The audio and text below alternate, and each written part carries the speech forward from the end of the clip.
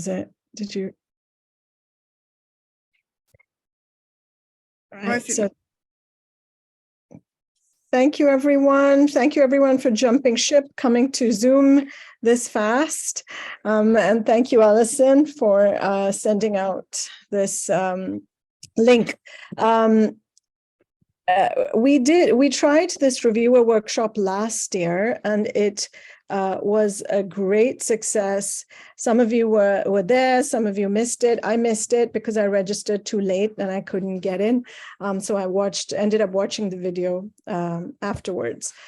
What we're planning to do this year, Alex and I are managing the scholarly program, and we wanted to just do a quick workshop on how to write a review for AOM, specifically for CMS, Alphabet Soup, Academy of Management, Critical Management Studies. And here is, what we plan to do for the next 90 minutes or so. Alison starts off with learning from the best review I received, and Ash will then talk about learning from the worst review that he received. Costanza, and in a second, Alex will also quickly introduce our panelists. So Costanza will talk about how she approaches the task of reviewing, and Marcos will talk about what it means for a paper to be critical. And so this will take about 5 minutes each for the panelists. After this, we go into a little more detail. So Alison will talk about setting the tone of the review. Marcos will talk about responding to the AOM specific reviewer guidelines. Costanza will talk about scoring component parts versus taking a holistic view. And Ash will then talk about emerging lessons for reviewers for critical work and how it ties in with the review process, and then we'll do a Q&A. So for the second round, the panelists will get around 7 to 10 minutes. Yeah, over to you, Alex. Great, thanks, Gaza. I think we can take the slide down now. Hello, everyone. Good evening, good afternoon, good morning, wherever you are around the world. Sorry, we're starting a bit late. For those of you just joining, thank you for your patience with technical difficulties, and thank you for switching the program. It's a real pleasure to have you here for such an important event, because reviewers are really the soul, blood and spirit of how our community works, and often not sufficiently recognized in terms of all the work and blood and tears that they put into what they do. So thank you very much for engaging with this workshop. As Gazelle said, just to very briefly introduce our wonderful panelists today. We're very, very honored and delighted to have Alison, Ash, Marcos, and Costanza with us. Alison, Marcos, and Ash, and apologies if I get muddled up some point because I got a COVID brain. As well as being wonderful people, they are also hugely experienced reviewers. They also all served on, or currently serve on, the Academy of Management CMS division executive on the program chair track role, but they also have masses of journal editorial experience. I believe among them, they represent gender work and organization, human relations, organization, management learning. Have I forgotten anything? I'm sure lots more in your other roles as well, in terms of reviewing, lots more again. So they are real founts of wisdom, and Costanza is extremely delighted to have her with us. Costanza won the Most Developmental Reviewer award for the Academy of Management CMS division last year, and so she embodies and represents lots of the things that we kind of value and hugely appreciate in AOM CMS reviewer. So I'm going to pass you on to these wonderful people, and who will share the experiences, tips, ideas, and then we'll revert back and we'll do a bit of a kind of each of the panelists will talk, as Gazelle said, twice on 2 different topics, and then we'll open it up for questions. So first of all, over to Alison, I believe. Hello, everyone, and I should acknowledge all of the work that you do for the AOM division. I can see lots of people who have reviewed for us every year, and we are very, very grateful. During COVID and post-COVID, if there is such a phenomena, it's much harder to get reviews for papers. So we need more hands on deck for more papers to get accepted for the division and for the journals, because it's a real dilemma not being able to have enough reviews that are particularly constructive and developmental for our authors. And I kind of, when Gazelle and Alex asked me to speak on the best review I ever had, I'm laughing because it was my very first paper as a PhD student. And I naively submitted this paper to the journal organization. And it required minor revisions, and the editor was very supportive because they navigated the demands of the reviewers and were realistic about what one paper could do in terms of that small contribution to the organization. And I don't think I've had many great reviews since. But when I have, I think it's because the reviewers see the process as a conversation between the author and the reviewers, and reviewers engage in respectful dialogue. The papers are seen to be the author's paper and not the paper that we as reviewers want to write. I think that's really, really important because, you know, when we place our expectations on papers as reviewers, then we're always going to be disappointed. So to understand the context of the paper and the context of the reviews in light of the journal's aims and scope is really important. And however critical we are, given that we're critical management scholars, that we take the word critique rather than criticism at the heart of our reviews. So I guess then, if I had a list of what I've learned from the best reviews I've ever had, and some of them are from people here, I think it's basically rejecting 3 R's.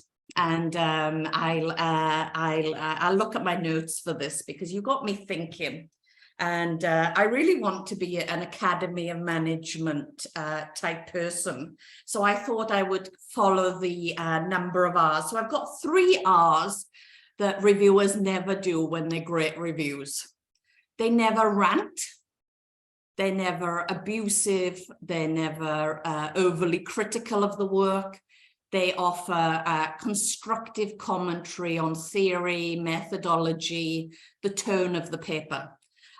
So for example, I recently had a review back that said that my work was full of assumptions and had an overly critical tone to it, and that more people would read the paper if it was written in a different tone. And I kind of agreed with that. So no ranting. I think also no ranking. So there's a sense with good reviews that the paper is taken for its original contribution to the field rather than a rating or rankings exercise. And good reviews never show us the right way, because there isn't, I don't think, a right way to write a paper or to develop theory or methodology, or the right way to develop a qualitative paper in relation to a quantifiable norm, and maybe we can discuss that later. And then I guess great reviews for me would be responsibility for developing the work of others, whether it's a reject, whether you're recommending major revise and resubmit, whether you're recommending minor revisions, or whether you're recommending straight acceptance. But that seems to be an old-fashioned idea that we accept a paper without any revision. So there's responsibility. I think the second R from a good review is respect, respecting the author's writing. So recently I had a review that said that my paper was very naive and I should read the work of Alison Pullen. And they were absolutely right. I really needed to read my own work. So, you know, there's often kind of passive aggressive stuff going on. A good review would review the key elements of the paper, thinking about the ways in which it could, how the theory contributes to the field, how the methodology for empirical papers has been justified, how the data contribute to particular studies, and most importantly, how the contribution can be fully articulated and developed in relation to the paper. And I think some other R's then that good reviews have is when you really get a sense that the paper has been read very, very closely. Not that the review is very long and that the review is very prescriptive and descriptive about what the reviewers want us to do. But when a reviewer has read, and particularly for AOM, that the paper has been read really closely, and the comments are helpful suggestions in taking that word forward. And then I guess my final R is to reflect on our review. Am I being overly harsh? Am I being supportive? Am I making assumptions in my review? And yeah, reflect on our own positions as reviewers in relation to the papers that we read, because they are not our papers. And I'm handing over to Ash. Brilliant. Thank you, Alison, for that. It's funny because I'm just going to talk about the opposite things that Alison has just discussed. Yeah, so I'm going to just begin briefly by talking about an experience that I had at an Academy of Management, my first Academy of Management conference. It was in Anaheim, California in 2008. There used to be a CMS pre-conference workshop, and I went and I presented my first year doctoral student paper. And there was a respondent who was a philosopher not associated with CMS, who stood up and absolutely ripped apart my paper. And it was destructive, condescending, hurtful. And I had not published anything, and I was second guessing whether academia is the right place for me. So that's, I think, an example of the worst review I've had. I really wish I was in Alison's position to say I submitted my first paper and I just got wonderful reviews. That certainly was not the case for me. So it was the worst review, it was unnecessarily destructive, mean-spirited, and it criticized without providing tangible and meaningful avenues by which you can remedy sort of the shortcomings that have been identified.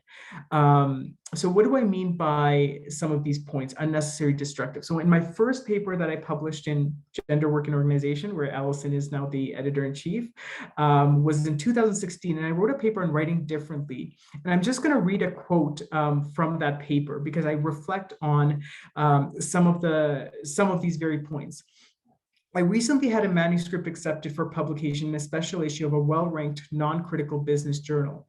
Months after the manuscript was given unconditional acceptance by the guest editors, I received an email from the editor-in-chief of the journal advising me that additional revisions were necessary before the article could appear in print. The editor had enclosed a copy of my manuscript with track changes of his editorial comments embedded within it. I was somewhat alarmed by the comments noted on the title page of the manuscript. In bolded capital letters, the editor wrote, this is the editor-in-chief, too much sentence trash appears in this paper. Improve the quality of 100 sentences in the paper. The revisions that do appear, done by me, give some idea of the work that was necessary. So it was really shocking in the sense that I walked away, again, second guessing whether I have a contribution to make, whether I belong. And so when you're thinking about these things, always put yourself in the position of the author of the paper, in the sense that imagine all the work that you've invested into cultivating that paper, into writing and preparing that paper. And all of a sudden to then have an author or have a reviewer completely rip it apart without providing necessary guidance or without trying to be constructive, it can be very harmful to you, both as an academic and as in your sense of self. So those are the things that I would suggest that you take into account when you're preparing a review. Would this be the type of tone? Would this be the type of review that I would want to receive? And if it isn't, if you wouldn't want to be the recipient of this, then perhaps just change. And that doesn't mean going quote unquote easy on the authors. It just means being constructive, providing the good and the bad. And then when you're identifying shortcomings, identify, here's one suggestion by which you can remedy this if you want to follow this path. So that's what I'll say, and I'll leave it at that. And over to you, Costanza, now. Thanks very much, Alison and Ash. So thank you, everyone. I will share briefly, prepared couples of slides. I hope you can not like this. You can see them. So I was invited, and the question I was asked to answer is, how do I approach the task of reviewing?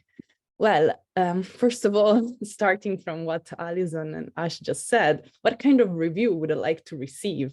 Because this is always, let's say, the starting point and the mindset I try to enter when I have to review a piece. And actually, the kind of review I would like to receive is comprehensive, critical, and supportive. So I don't want to have someone saying, oh, your paper is great, because this won't help.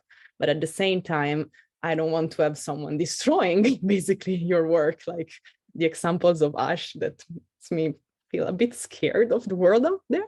And of course, having someone who is supportive, so trying really to help you. And actually, I wanted to give you some, like a tip I try to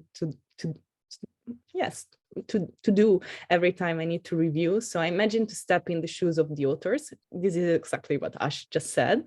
And usually, in order to do so, I imagine them as being my colleagues from my department, so people I know. And what I try to ask myself is, how would I help one of them who asked me a friendly review? And this is the kind of mood and spirit I try to have within myself in order to do a review. And then, of course, in order to make a review, you need time and space. But this doesn't have to be too much, because we all know how long it takes to make a good review. So I would also suggest for the somehow newcomers to the Academy of Management reviewing process to somehow give yourself some boundaries about reviewing. So set how much time you want to dedicate to the process and try to stay in this time. Because, if you want to make a great review, it can take for ages, but maybe you don't have ages to dedicate to it. So usually, speaking about myself, I need about half day or a day, depending on the complexity of the paper, to read. And then, of course, you will need to have some time to write down the review. And usually I try to do these in 2 separate days. So somehow I can detach from what I just read. And this usually helps because also you start thinking on your background thoughts of the paper. And then you need to have the right space, so no distractions. And also, for instance, I need to have the paper printed out. Everyone has different ways of reading and taking notes, but for sure you will need to highlight or take notes on the text. So have the media you feel more comfortable with. And lastly, what I experienced, especially talking with my colleagues, is the fear of not knowing the literature or the methods adopted in the paper well. And actually, what I found with the reviewing process is that there is too much literature around, like out there. And so for sure, we cannot know it all. But actually reviewing could be a great way to learn some literature that you still don't know. So a tip I would suggest to the reviewers for the academy is to choose carefully the keywords in the platform page, because these can help you receive papers where you're more comfortable with because you already know something, or maybe it could be an exercise to learn something more. And lastly, regarding the methodology, sometimes it might happen that you need to review, for instance, a quantitative paper, but you're a qualitative researcher, like this happened to me. And if this happens, you know, maybe rather than rejecting and not accepting the review, but then it depends on each case is unique, but you can just state that you're a qualitative researcher. And so, for instance, this is a quote I got from a review I sent last year at the Academy at the ONE division, so not the CMS, but I've written, I'm not a quantitative researcher, and thus my comments will deal more on other aspects than the regression model you presented. So somehow these are the first tips I use when I need to do my review. And now I pass the word to Marcos. Thank you, Costanza. So hi, everyone. So again, thank you very much for all the work that you do for the CMS division, but also remember that in the future, or if you're not already doing this, we in our journals, me, Alison, Ash, will be glad to have you with us and help you in making this community even stronger. So because, you know, you have to feel that you're part of this special community that in a sense, it makes it even easier to be in the shoes of the author when you think of ourselves as part of a community. So what if I was asked to talk about what is to be critical, which like characterizes our community, and which is a foreign subject, to say the least. So what is to be critical, I think, evolved a lot ever since we started. And there's so many different ways, thankfully, now that critical work has been done. So many different countries have joined, so many different epistemologies, traditions, authors, subjects, etc., which is great. But so if I was to provide my own, and I'm sure that everyone who's here probably will disagree with me at some point, I have like 4 elements that I think will define a critical paper. And this is really important because this is one of the things that actually is essential to a paper to be part of our community, to be part of this program, is this criticality. So criticality for me will be, there are 4 different types of criticality. So the first one way to be critical is to unveil domination. So the whole idea of how you can actually show the power structures that are behind a specific phenomenon, how those power structures affect people in specific ways, with like the unstated sometimes objective of showing how eventually can we escape those or can we react to those, etc. So unveiling power domination, I think, will be one of the first things that you can do as a critical power structures. One of the things that you can do as a critical researcher.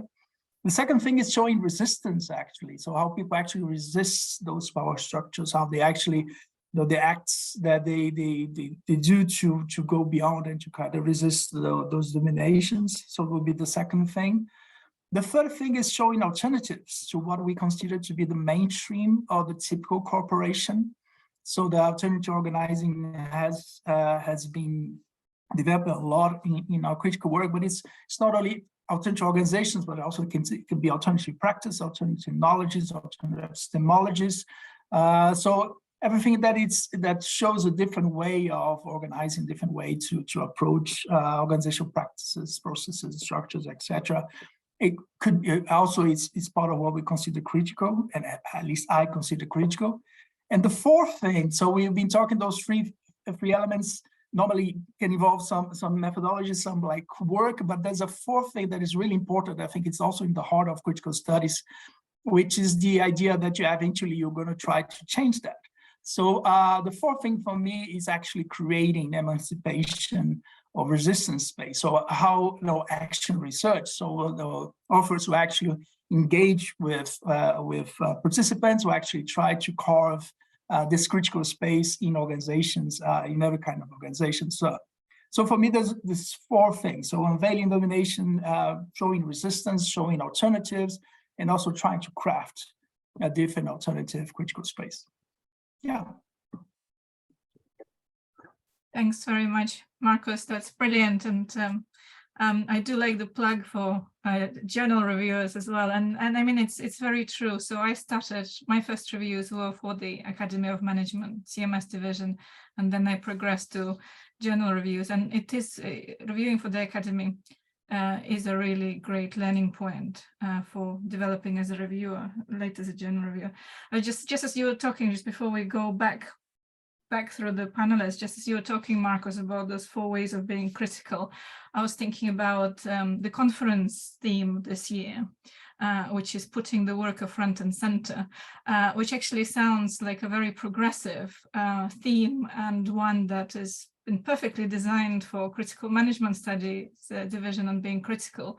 But when you're reviewing and keeping that theme in mind, we'd encourage you, so Ghazal and I would encourage you as reviewers to actually be critical of the theme itself, right? So because, you know, you could examine, as critical scholars, you should really be turning critique on our own academic structures as well, and our own practices. And so how do we unveil domination of workers, including through things like the rhetoric of putting them front and center? You know, how do we show resistance? How can we resist these sort of forms of domination? And what alternatives can we create, and alternative spaces of emancipation in terms of what would it actually mean if we really were to put the workers front and center? So I think this is a really useful framework for actually thinking about the conference theme this year and beyond, applying to ourselves as well as others, and mainstream management as well. Okay, sorry, I'll pass on now, and I will go back through the order of the panelists. Actually, no, we're not going back through the order of panelists. We're starting back with Alison, and over to you, Alison, again. That was a surprise, but thank you so much.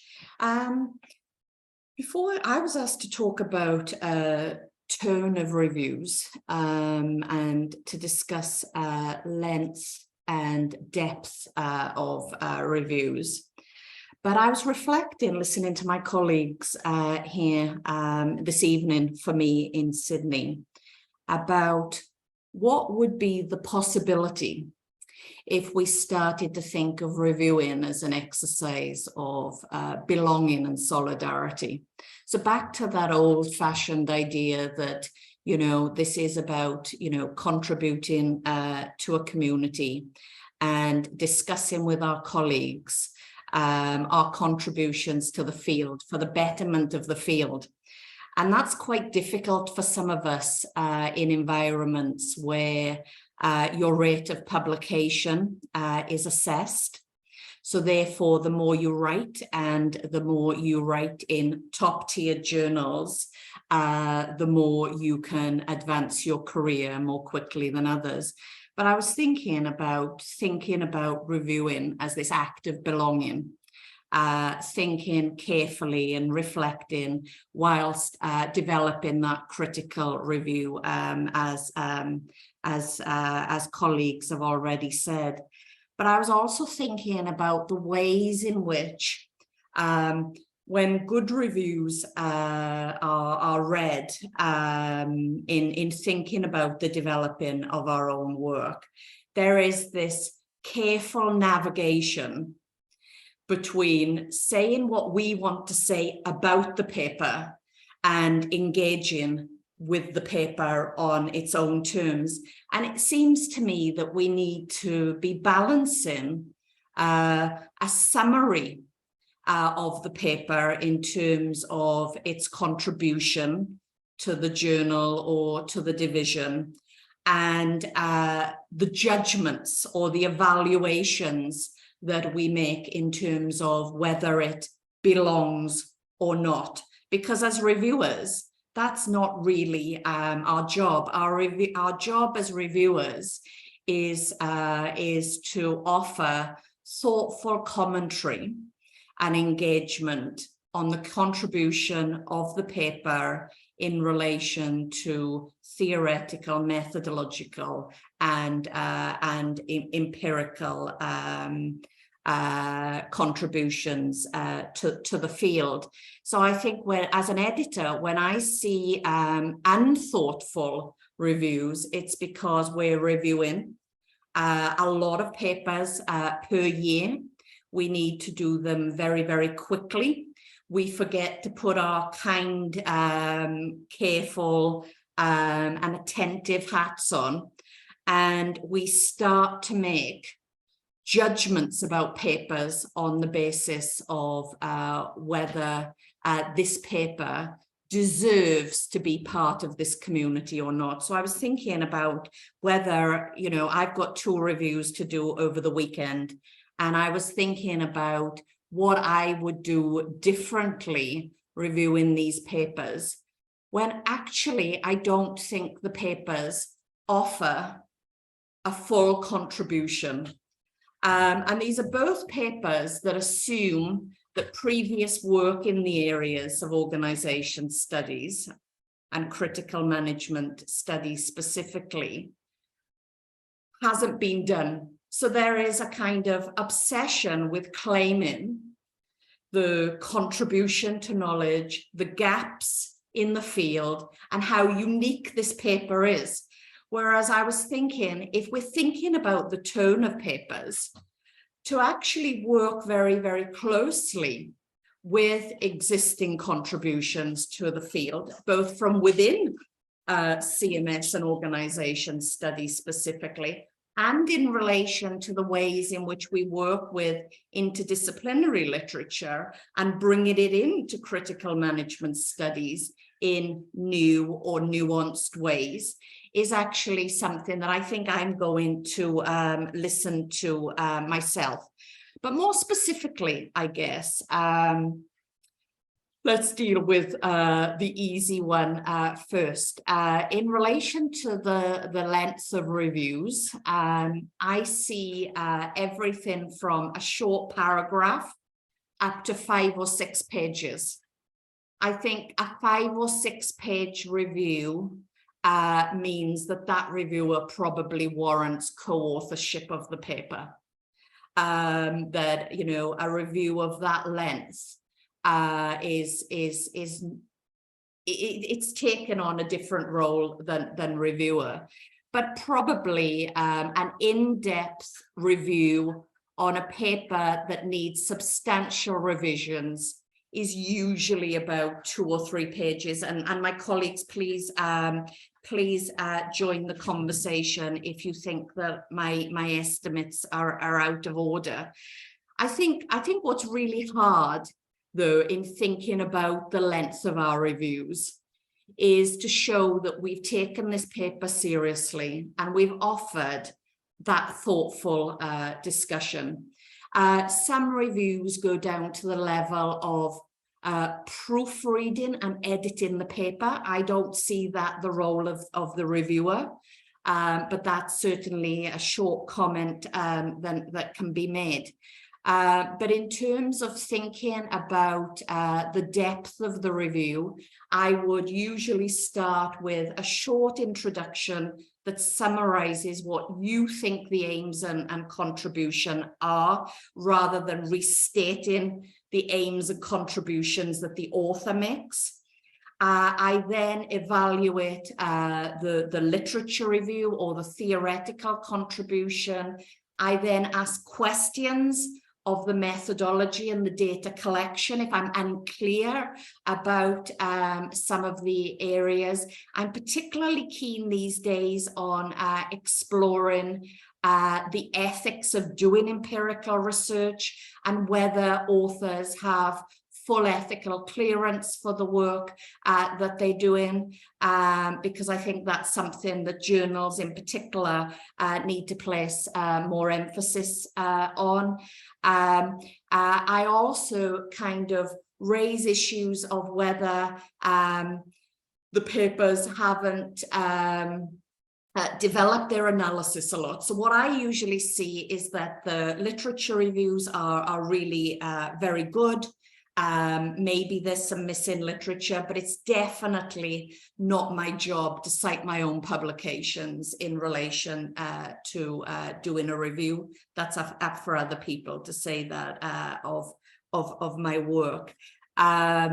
I usually ask people to develop their analysis more, because usually when we submit empirical studies, the empirics aren't fully developed in relation to the theoretical contribution that we can make to that journal. So I would ask, instead of judgments about other people's research, which has taken 4, 2, 10 years to do, I would ask questions of clarification regarding the data collection and the data analysis process. I would ask for usually more clarity around the interpretative processes in qualitative research that I do, and also in terms of the ways in which the authors position themselves in relation to the text. I think many of my colleagues here would say the same, given that we review each other's papers. Sometimes we hide behind the text, and I think the field is ready for much more researcher positionality in the ways in which not only that we've done the research, but the ways that we've analysed the research and what we've included and haven't included. And, you know, there is an observation that can be made that some journals now are evaluating qualitative research in quantitative ways. I recently had a revision at a major journal, and they wanted to see the research instruments, they wanted to see evidence of coding, they wanted us to provide interview schedules, questionnaire, the whole remit, in order to demonstrate that we had done this research and we hadn't cut out any steps. To me, that's not necessary. So I usually look, in terms of thinking about the depth and the tone of review, I try and look at the balance of different parts of the paper. Is the literature review too long and the methodology isn't developed enough? Is there too much emphasis on the front part of the paper and not enough attention given to developing the contributions? And I ask questions about, is this a contribution to the journal or to the CMS division? Would I like to see this paper presented? But at the end of the day, it doesn't matter what I like and dislike. It's the quality of the writing and the work that's been done and the ways that it's been put together. So I would say that building on earlier comments which addressed issues of tone, I would check my own biases as a reviewer, because I have plenty. I would check my own assumptions as a reviewer. I would try and write on a paper that I know a lot about, 2 or 3 pages. And if I'm the reviewer that's there to bump that number of reviews, I would keep my reviews quite short, because I don't have substantial knowledge in that area. And that raises a question about whether we should take on reviews that we don't have expert knowledge in or not, but we are in an environment where reviewing is a difficult endeavor for program chairs in particular. So they are my thoughts, and I'm happy to develop any of that later.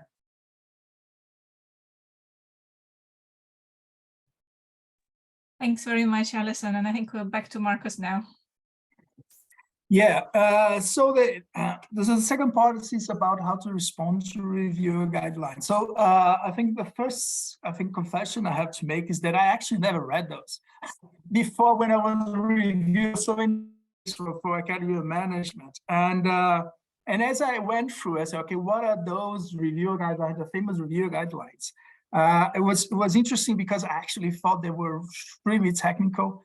There were some interesting insights, but a lot of them are not really clear and not necessarily focused on what the things that we do. So in my mind, I'm going to try to pass what I think those are trying to say in a way that I think it makes sense for me, and hopefully we're going to make sense for you too.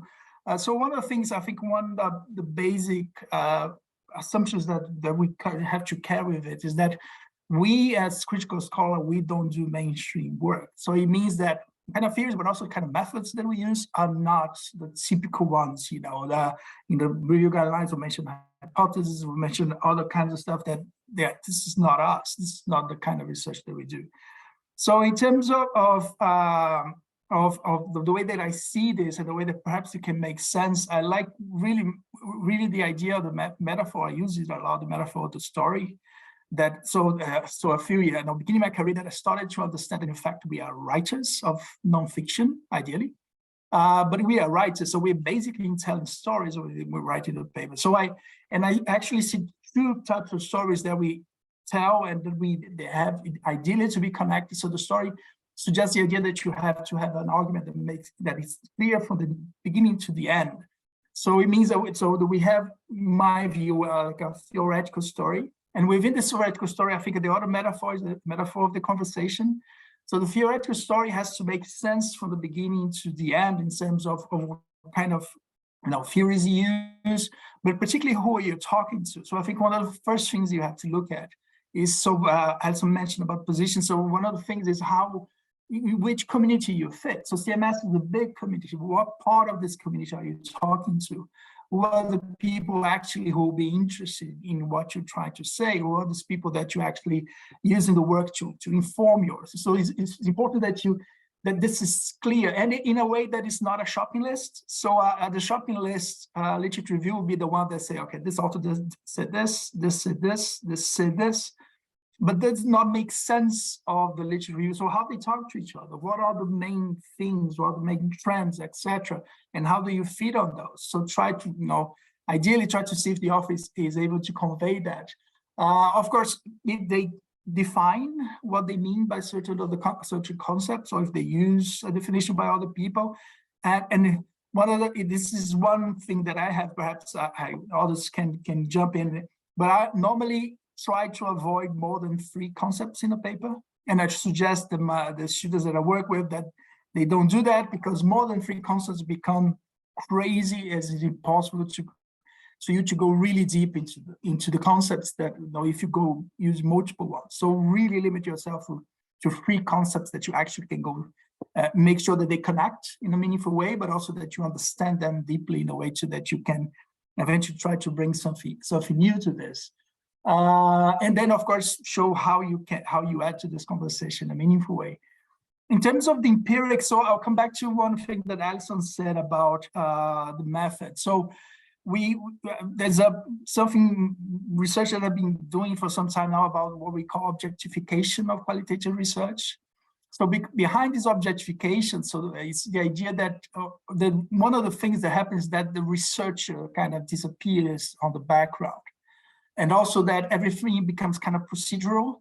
So instead of actually really understanding how the research actually collect the data, or how they analyze the data, we have like those steps, and how the really prescriptive and descriptive steps of how everything go, and we kind of ask, okay, where are you in all this? So I think one of the things that Alison said that is really meaningful is that we want to ideally to see the offer in the research. So how you access the field, how you interview them. So how the interview go, were there emotions involved? Were there all the elements that contributed to understand how, what information the participant gave to you? If you were there in ethnography, so How did you get there? What did you feel? How do you interact with people? How they accepted you or not? How do you gain trust? Everything like is really important to see that she understand your position in there, because your position matters to you. So qualitative research by definition is based on subjectivity.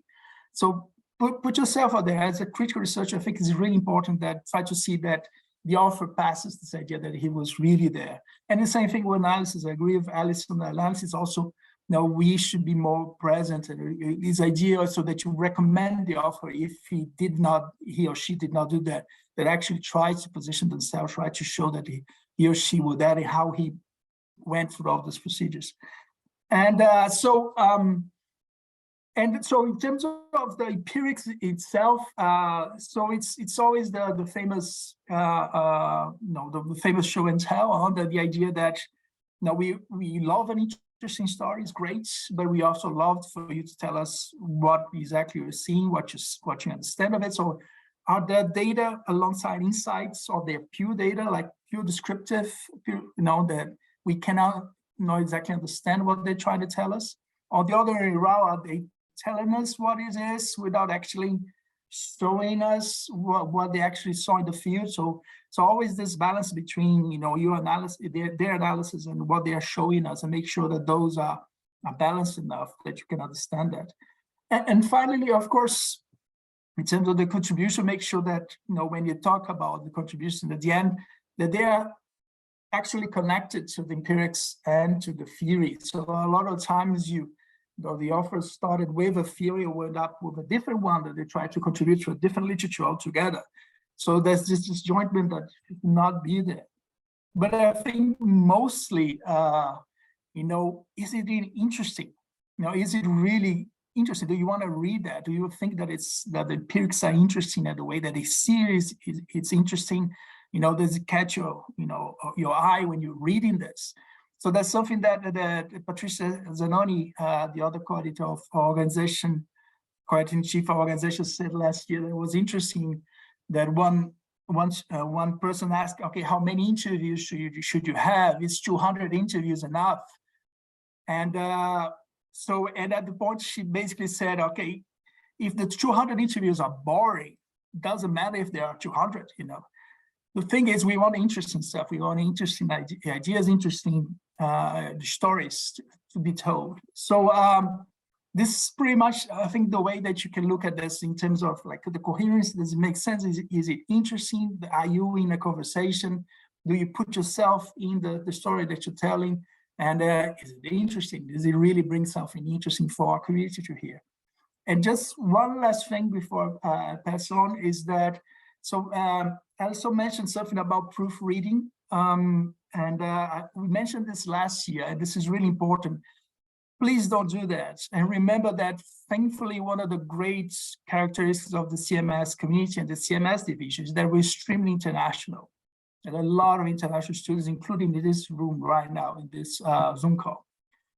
So not all of us, including me, I'm a Brazilian, we are not English speaking. That is not our nature language, native language. So we don't necessarily master it completely. So if do copy editing is a way also that it is a lack of sensitivity for this fact that we come from some different places, some different language, some different ways to do research, also to look at knowledge, to understand the phenomena. So be aware of that, be respectful of that, and yeah, that's it. Thanks.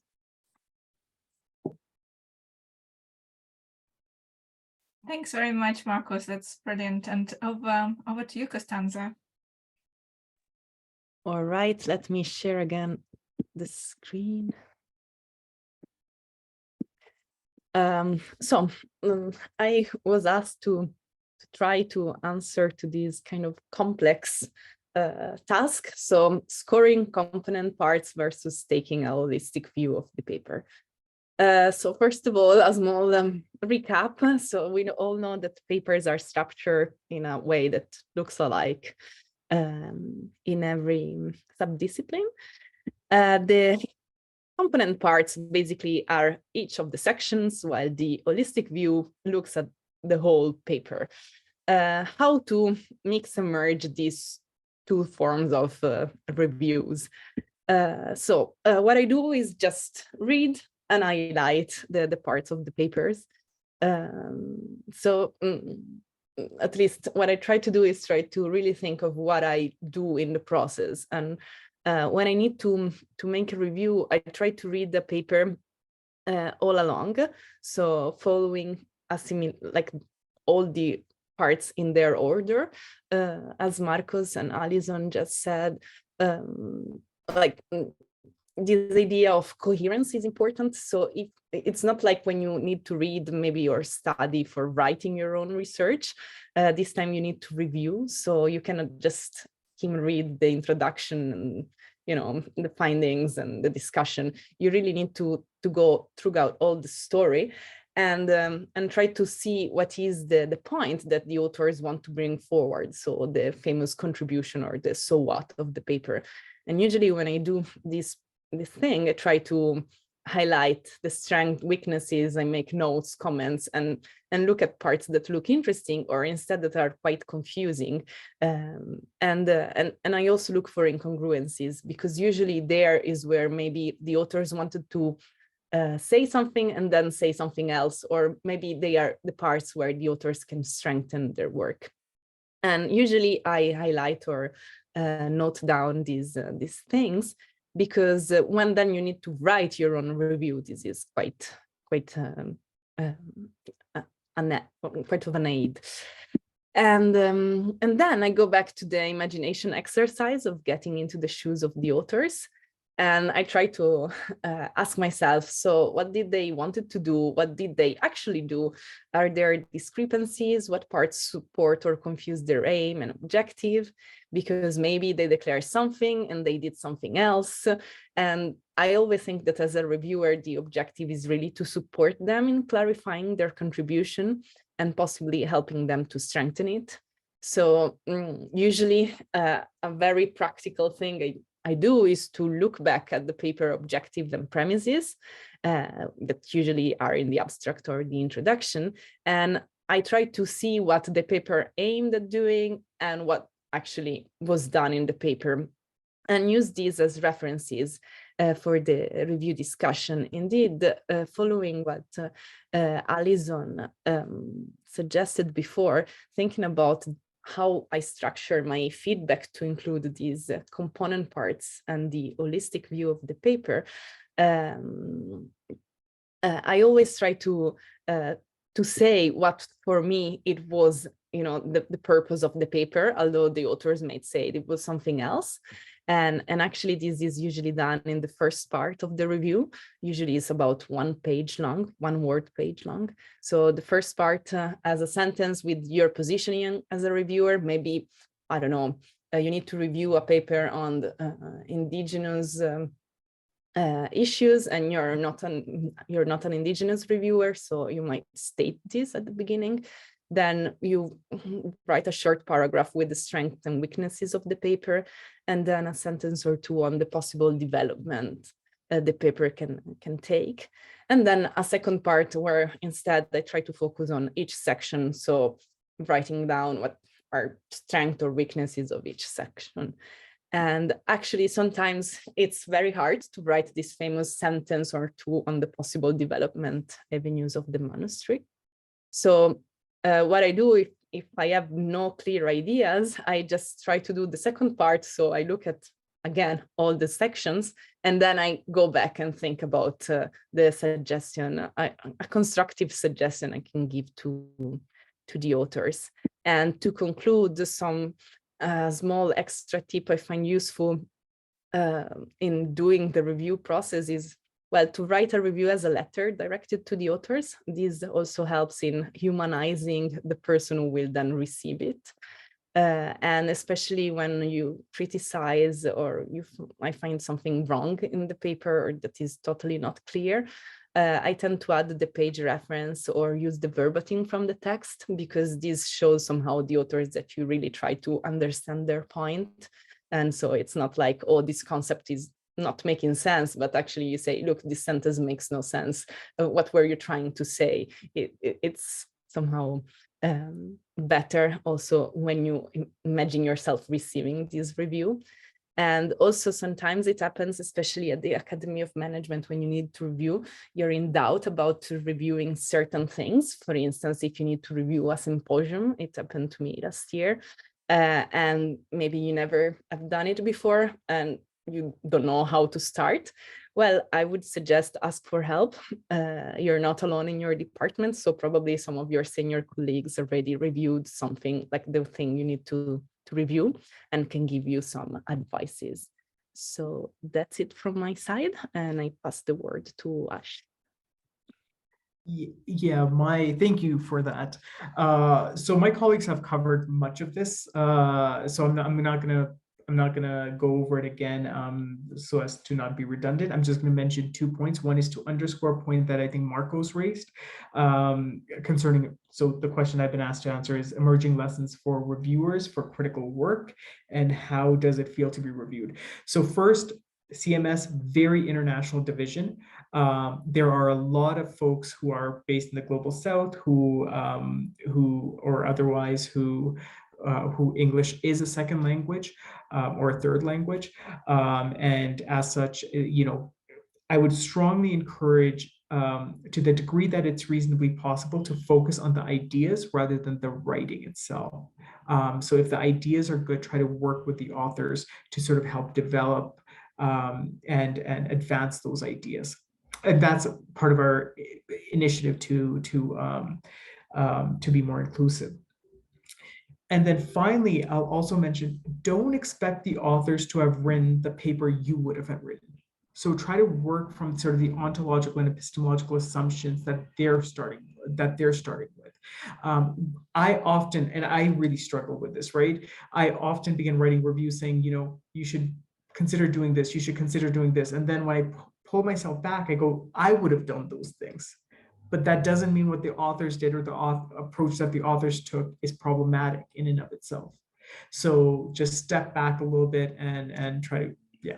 But so I'll leave it at that, as those. Brilliant. Thank you so much, Ash and Alison, Marcos, Costanza. So many wonderful tips and reflections on experiences, and I'm sure it's all really useful to people here. I've certainly learned new things each time I listen to you as my colleagues. I learn new things from you, so immensely grateful for this. So we're now moving to our Q&A session, and I see we already have first questions in chat. And also, if anybody would like to, if participants would like to ask questions live, you can just raise your hand and ask them live, but otherwise we'll go through the chat, and I will read out the questions in chat for the purposes of the recording. Otherwise people will not, when they watch the recording, they will not hear them. So if we just start with the first question from Ruth. Ruth is saying, I'm reviewing a symposium for the first time. Does anyone have any tips on approaching this? Thank you. So over to my colleagues. Anybody would like to take this question?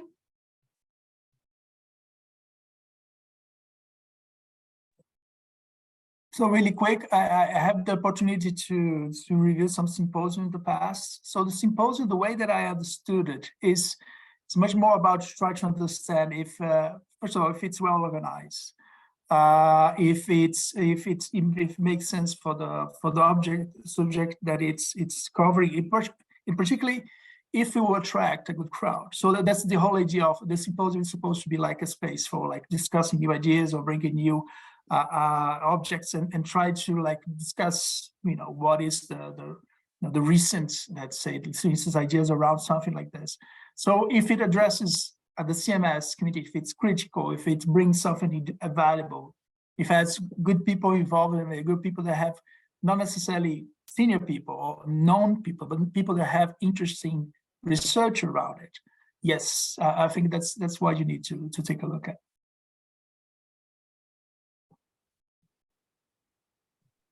Anyone would like to add anything? Thanks very much, Marcus, by the way. I think an interesting thing about reviewing symposia is, for me, is that you see who the submitters are. That's one of the differences to reviewing a paper, isn't it? So it's only single blind. You're blinded as a reviewer, but you're not blinded as and there are implications of power. And maybe that's what Alison wants to talk about. I don't know. But yeah, I think what's interesting for me about the symposium is to ask who's submitting symposia and who's working in the areas that might not have been included in the proposal. So sometimes we get proposals where everybody's from the global north. And, you know, if we're reviewing these proposals, we're reproducing those power relations that the division seeks to challenge. So I would definitely consider the composition of the symposia, and also whether it's been done before. Is this novel? Will it provoke a lot of discussion around it? Is it respectful of past debates and literature, but also future orientated enough to stimulate new directions in the field? thanks very much, Alison. And also it can be quite easy, especially as an early career academic, to be sort of awed and starstruck by big names on the list sometimes. Don't let it intimidate you. Yeah, you have as much right to your own opinion as the other people. Though of course be respectful to anyone. So yeah, that would be my tip. Just look who is behind it, and are they diverse enough? And anybody else wants to chip into that? No, I hope it answers your question, Ruth. Let's move on to the second question, which is from Moeed Ali, and Moeed says, "Thank you for a wonderfully enlightening session. My question is qualitative, though it is felt that more qualitative. Sorry, I'm not sure if I'm reading it right. Papers." May I just, my apologies, I've restated the question. Oh, sorry. Yes. Okay, do you want to ask it? Please go ahead. Thank you so much. Okay, sorry. Let me just find it. Where is it? Oh, there we go. Quantitative, though it is felt that more qualitative papers are required to have considerable focus on the writing style and use of relevant vocabulary. What main steps do the researchers need to take to balance between, what steps the researchers need to take between making a paper interesting without making it unnecessarily simple, yet giving it the required linguistic rigor without making it needlessly complex, confusing, or verbose? Thank you. I think this is a great idea. One of the pieces of advice that was super useful that one of my PhD professors offered to me, I think in my first year of the doctoral program, was to identify a paper that you really, really like in the field, and try to see exactly what captivated you to that paper.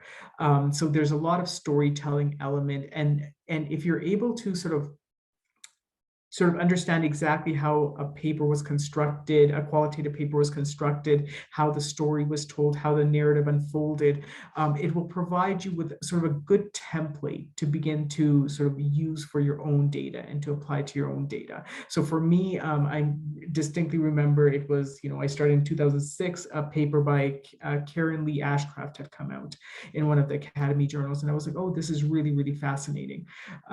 So I looked at what she did, and I'm like, okay, let's try to balance. The other thing is working with great co-authors. So I tend to be very verbose in my writing, and sometimes unnecessary so. So I mean, I've worked with Ghazal, who is one of the organizers of the symposium, and she just writes so crisply. And I've told her this many times. It's like the perfect match in terms of writing styles. So those are two strategies to think about. Thank you. Anybody else want to add anything? I just said that simple for me is great.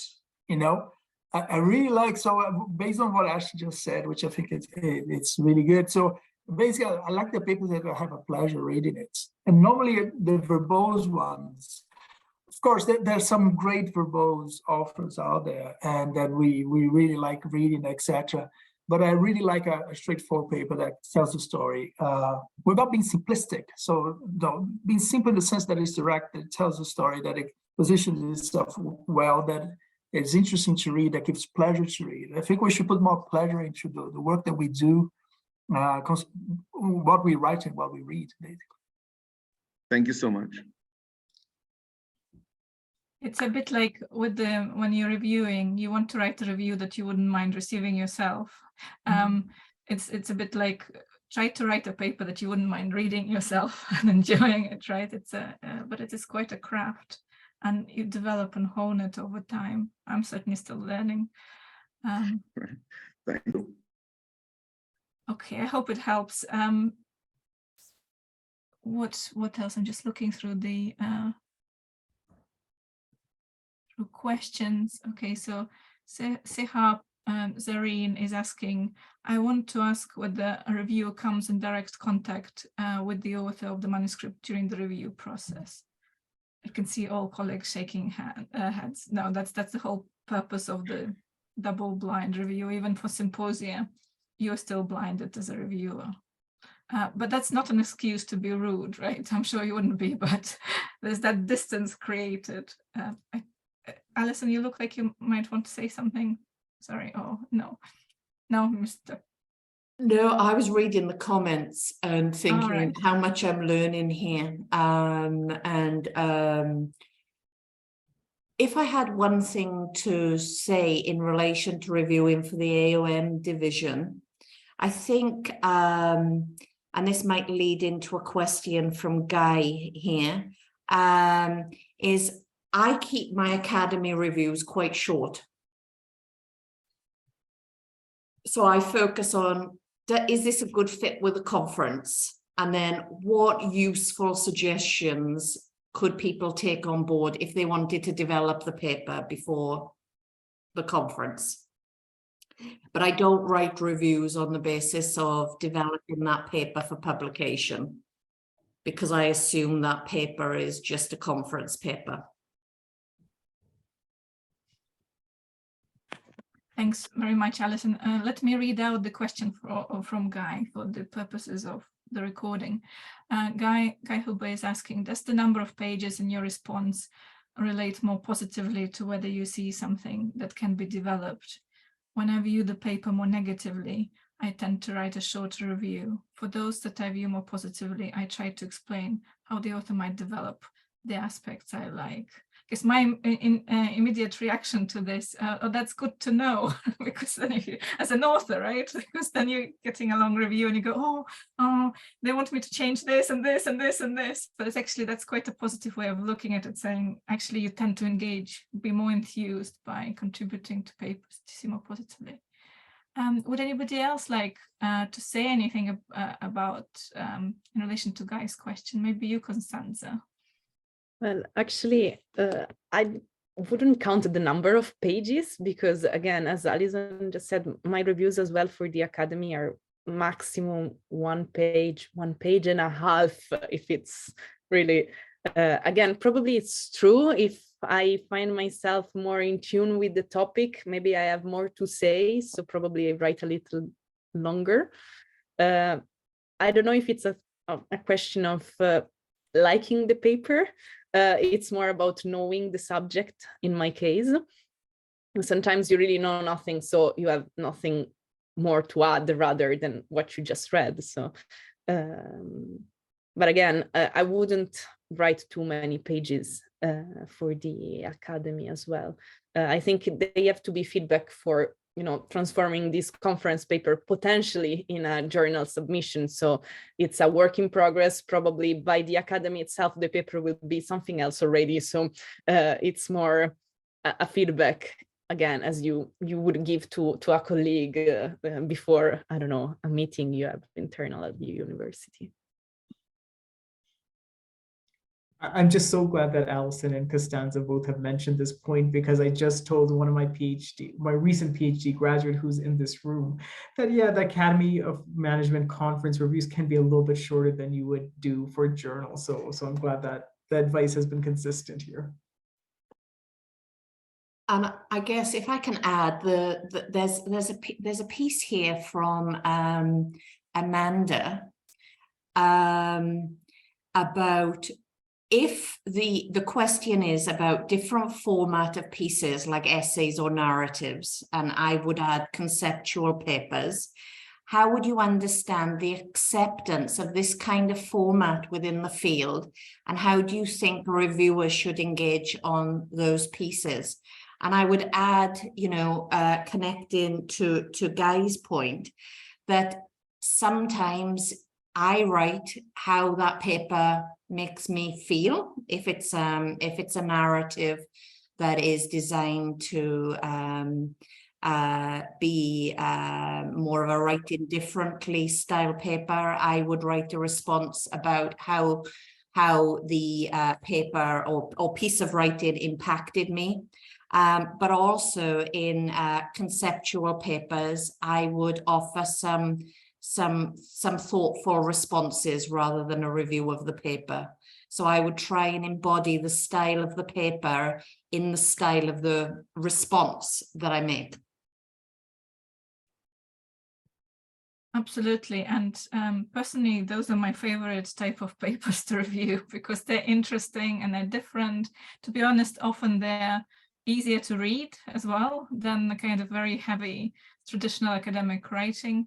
And I just wanted to really echo what Alison is saying, like engaging with them on their own term. I once ended up writing a review in form of poetry, because the paper was written in the form of poetry. And it was the best review, you know, to do. It was just got me to do something differently. So personally, I love those pieces, but I don't know if my colleagues have anything to add.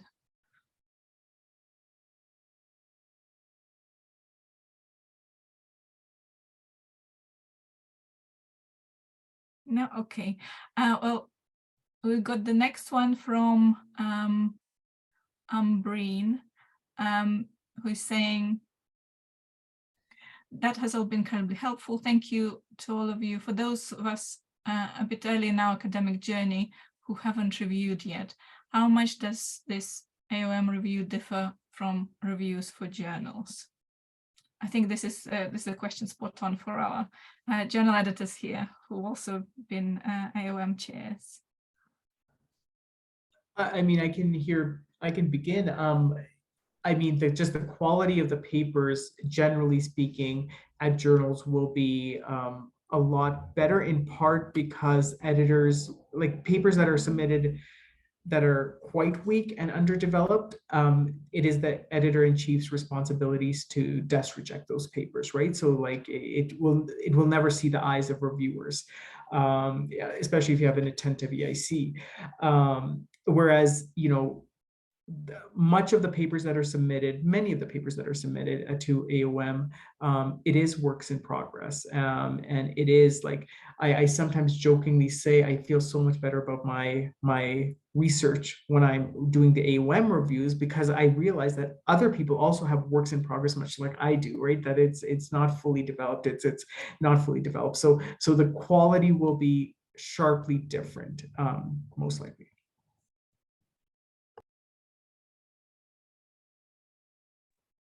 Yeah, so just to add to what Ash said, yeah. So the question quality, that's for sure. Normally in a journal, you expect that the paper is further along on the process already, like something, a draft that it's already has a potential that we can see where we can bring the paper. Because the idea of a journal, and you guys correct me if I'm wrong, is already to push the paper in a certain direction, help the author bring the paper to a certain direction. So we suppose that there's already something to build on it, which is not the case of the academy. So there's no desk rejected those previous editing of editorial work in those papers.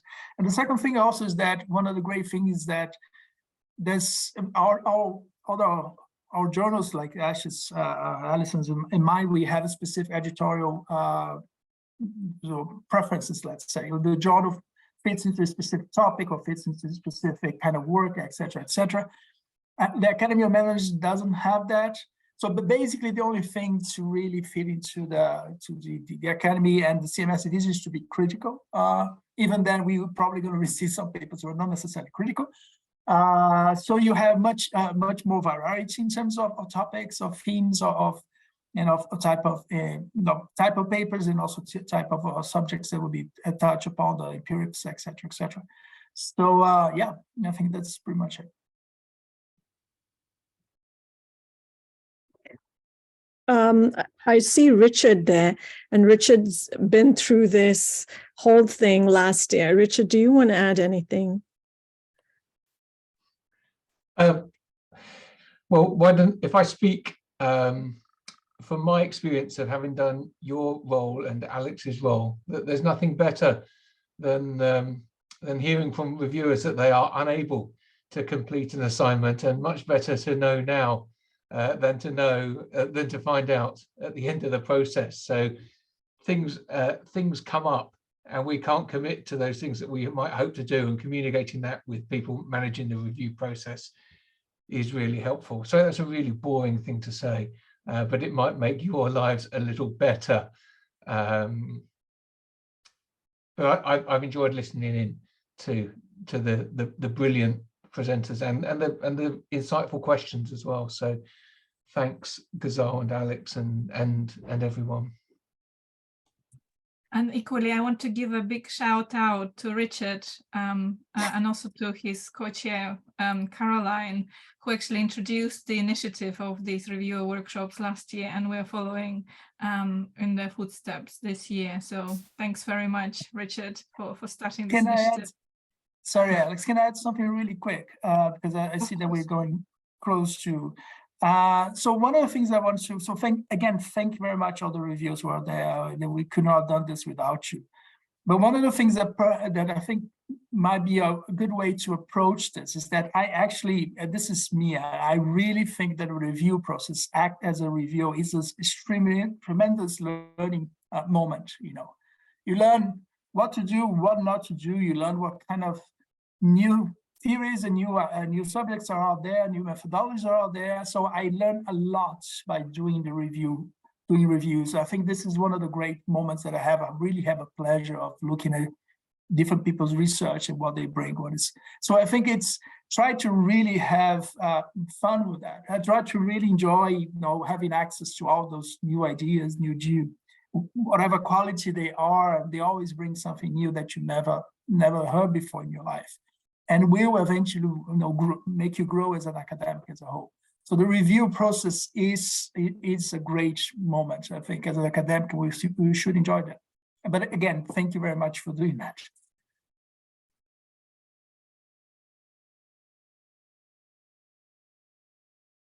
Absolutely, Marcos. I wholeheartedly agree with the sentiment. Just checking to see if there have been any more questions. There's one question by Seher. How does one become a reviewer for the AOM, for the Academy of Management? I like that question. Thank you, Dr. Ghazal. Do you want to answer it, Ghazal? Well, don't you have to register for the Academy, or how does it work? If you reviewed, you just automatically, you have to be registered for the Academy. So you don't have to be a member. You don't have to be a member of, no, you can review as a non-member, so you don't have to pay the fees. Richard's got his hand up.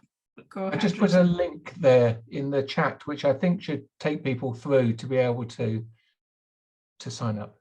Yeah, you can sign up to be a reviewer without actually being a member.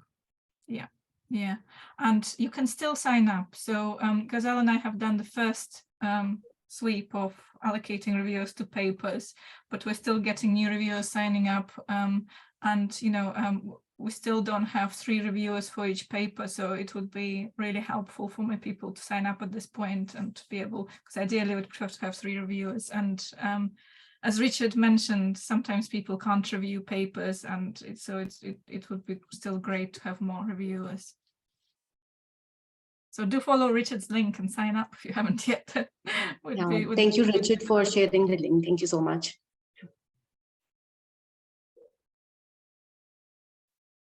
Great. So any more questions?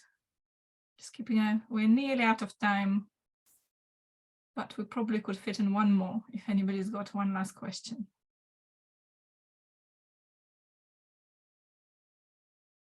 No, I think we are done.